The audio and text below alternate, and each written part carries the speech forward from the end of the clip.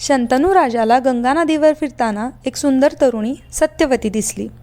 तिला मागणी घालायला तो तिच्या वडिलांकडे दाशराज कोळ्याकडे गेला.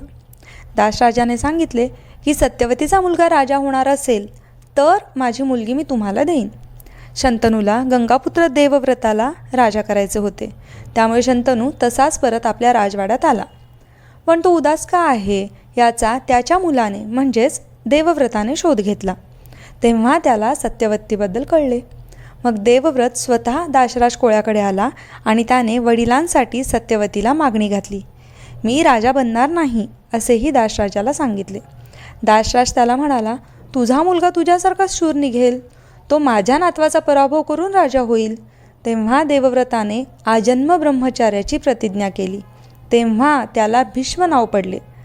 सत्यवतीचा आणि शंतनूचा विवाह झाला. त्यांना चित्रांगद आणि विचित्रवीर्य असे 2 मुले झाले. ती मुले लहान असतानाच शंतनू मरण पावला. पुढे चित्रांगदाला भीष्माने राजाच्या गादीवर बसवले. एका युद्धात चित्रांगद मारला गेला. त्यानंतर विचित्रवीर्य राजा झाला. त्याच्या विवाहासाठी भीष्माचार्यांनी काशी राजाच्या 3 मुली म्हणजेच अंबा, अंबिका आणि अंबालिका यांना त्यांच्या स्वयंवरातून तेथे जन्मलेल्या इतर राजांचा पराभव करून पळवून आणले. मात्र अंबेने आधीच शाल्व राजाला वरले असल्याने तिला शाल्वकडे परत पाठवले. पण शाल्वाने अंबेला स्वीकारले नाही. अंबा भीष्माचार्याकडे परत येऊन तुम्हीच आता माझ्याशी विवाह करा म्हणाली. पण आपल्या प्रतिज्ञेमुळे भीष्म ते मान्य करू शकले नाही. अपमानित झालेल्या अंबेने पुढील जन्मी भीष्माचा सूड घेईन असे म्हणत स्वतःला जाळून घेतले.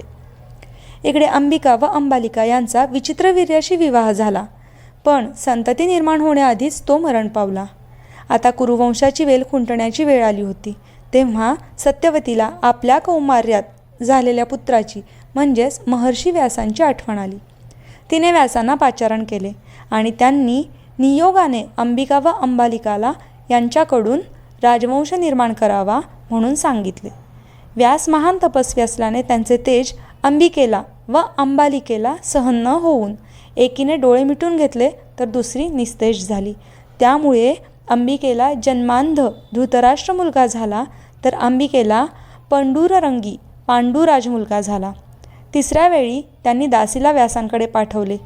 ती दासी स्थिर बुद्धी असल्याने तिला अव्यंग असा विदुर मुलगा झाला.